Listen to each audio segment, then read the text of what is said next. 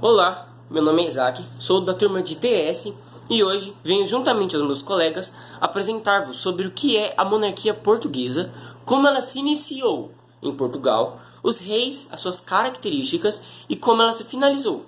Eu sou o Victor Hugo, da sala de DS1 da ETEC José Dagnoni, e eu vim aqui para apresentar o que é a monarquia, tipo, os seus conceitos, o que ela representa e seu significado, e também vou falar sobre o início da monarquia portuguesa. Bem, já estamos aqui com o slide e para começar a monarquia é uma forma de governo em que um monarca exerce a função de chefe de estado e mantém-se em tal cargo até a sua morte ou a sua abdicação. A monarquia é uma das formas mais antigas de governo, com ecos na liderança de chefes tribais.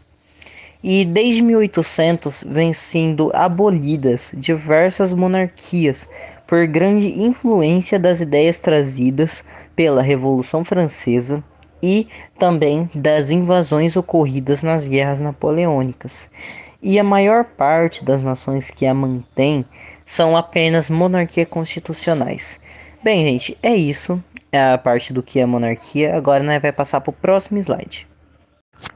Bem, pessoal, agora nós vamos falar sobre o início da monarquia portuguesa. E para começar, o Portugal foi fundado em 1143, já como uma monarquia. E esse ano foi o ano da celebração do Tratado de Zamora. O tratado foi assinado entre Alfonso de Henriques, que era o primeiro rei de Portugal, e o Afonso VII de Leão e Castela. E esse tratado reconhece o Estatuto Jurídico de Portugal como reino independente. Mas foi só em 1179 que esse estatuto foi confirmado pelo Papa Alexandre III. Bem, durante os séculos XII e XIII, os reis portugueses foram alargando as fronteiras até a conquista do Algarve, consolidando um território que foi praticamente inalterado até os dias de hoje. Bem, gente, foi basicamente isso, a, o início da monarquia portuguesa. Espero que tenham conseguido entender. Olá, eu sou o Arthur e hoje eu vou falar agora mais especificamente da monarquia de Portugal, os reis. São três reis. Eu sou de DS, da José Dagnoni, ETEC, e eu vou mostrar agora os slides junto com a minha apresentação mesmo. Bom, aqui estão nos slides os principais reis da monarquia portuguesa. É claro que não dá para falar de todos, mas esses são os três principais: o de Afonso Henriques, de Dines e de João I.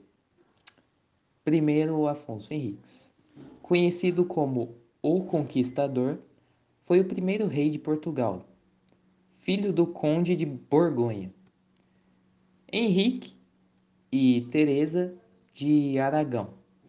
Esses foram os pais deles. Ele governou de 1128 a 1185. Afonso Henriques foi um líder militar habilidoso e foi responsável pela independência de Portugal em relação ao Reino de Leão. Então, ele foi bem importante. Dines reinou por 46 anos, bastante tempo, de 1279 a 1325. Além de ser um rei, Dines também era um poeta e protetor dos trovadores. Ele ficou conhecido como o Rei Trovador e incentivou a agricultura no país. Dines foi um governante preocupado com o desenvolvimento econômico e cultural de Portugal. Então ele ajudou mais na cultura de Portugal mesmo. Importante tão quanto o primeiro. João I, também conhecido como o Mestre de Avis e apelidado de o de boa memória, João I reinou de 1385 a 1433. Ele foi um líder militar habilidoso e foi responsável pela restauração da independência de Portugal durante a crise de 1383 a 1385. João I foi um rei astuto e diplomático, que fortaleceu a posição de Portugal como uma potência marítima. Esses três reis desempenharam papéis importantes na história de Portugal, cada um contribuindo de maneira única para o desenvolvimento e a consolidação do reino. Bom, falando de forma direta, cada um ajudou em uma certa parte, né? Desde a parte das guerras até a questão da economia e cultura. Então, por isso que eles se encaixariam como os principais reis da monarquia portuguesa. Então, agora eu passo para o próximo slide junto com a próxima pessoa.